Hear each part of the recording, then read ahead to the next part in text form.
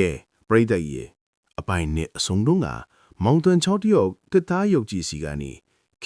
ခိဆိုတဲ့ရေသံကြားလဲရတဲ့နေရာမှာရပ်ထားတယ်နော်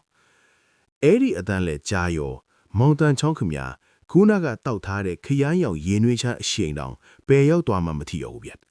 ကြောက်စိတ်ကငယ်ထိတ်ခိစောင့်တက်သွားပြီးဖြင်းထိုင်ခုံပေါင်ကနေစပရင်တက်ထားသလိုဝုန်းကနေထခုံလိုက်တယ်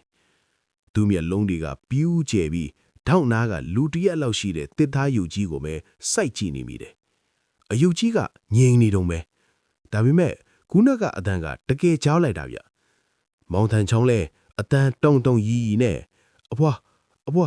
ကျွန်တော်ပြန်တော့မယ်နွားရှာရအောင်မယ်ဆိုပြီးစကားတော့ဆုံးအောင်မပြောပဲအိမ်တကားပေါ့စီကိုကုန်းယုံပြီးပြေးသွားတာပေါ့တကားလက်ကိုအိမ်ကိုဆွဲလဲလိုက်တယ်ပြီးတော့အားကုံဆွဲဖွင့်လိုက်တယ်ဂျလောက်ဟင်တကားကပွင့်မလာဘူးဗျအတွင်းကနေချက်ချထားသလိုမျိုးအသေးပိတ်နေတယ်မောင်တန်ချောင်းချွေးစေးပြီးပြန်လာပြီးတကားကိုအတင်းဆွဲလုပ်တယ်ဖွင့်စမ်းပါဗျအဲ့ဒီအချိန်မှာသူ့အနောက်ဖက်စီကနေဒေါ်စီရဲ့အတန်အေးဆက်ကြီးထွက်လာတယ်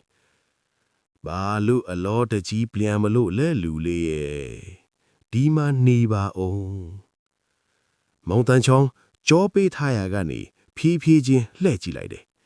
ဒေါ်စီကခုနကထိုင်နေတဲ့နေရာကနေမတ်တက်ရနေပြီဗျလက်ထဲမှာလဲသူမရဲ့တောင်ဝေးအိုကြီးကိုကိုင်ထားတယ်မျက်နာကတော့ခုနကလိုလျိုးဝှက်တဲ့တပြုံးမျိုးမဟုတ်တော့ဘူးအရန်ကိုတီငိမ်လွန်းနဲ့မျက်နာသေးကြီးဖြစ်နေတယ်ဒီအယုတ်ကလေးတွေကလူလေးနဲ့ကစားချင်နေတာဒေါ်စီကအဲ့ဒီလိုပြောရင်းတောင်းနာကတစ်သားယုတ်ကြီးဘက်ကိုမင်းကိုပြလိုက်တယ်အဲ့ဒီအချိန်မှာပဲ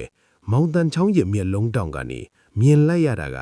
တစ်သားယုတ်ကြီးရဲ့ဘေးကိုချထားတဲ့လက်မောင်းကြီးကဂလောက်ဆိုတဲ့အတန်းနဲ့အတူဖြည်းချင်းအပေါ်ကိုမြောက်တက်လာတယ်ဗျမောင်တန်ချောင်းအသက်ရှူရက်သွားတယ်ဒေါ်စီကသူ့စီကိုတလှမ်းချင်းတိုးလာရင်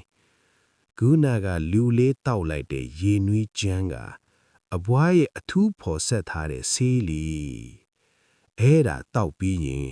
ဒီအိမ်ကနေအလွယ်တကူထွက်သွားလို့မရတော့ဘူးကွယ်ဟာဒုက္ခပါပဲ